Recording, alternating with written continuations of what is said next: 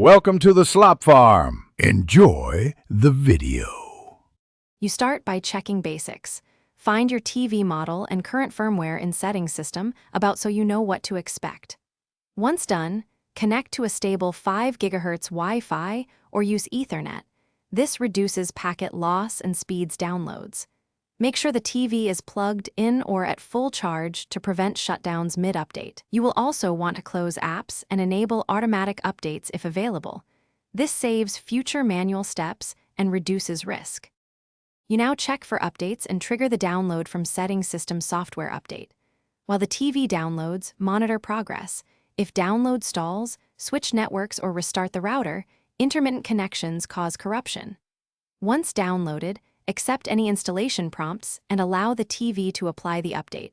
This may take several minutes and include multiple reboots.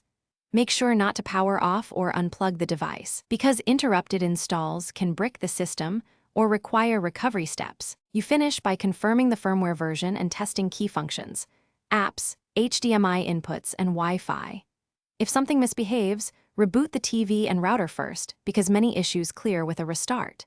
If the update failed, download the official firmware to a FAT32 USB drive and perform a manual update per the manufacturer. This recovers corrupt installs.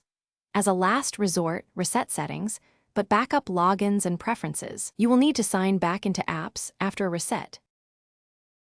Thanks for watching. Consider subscribing if we helped you today.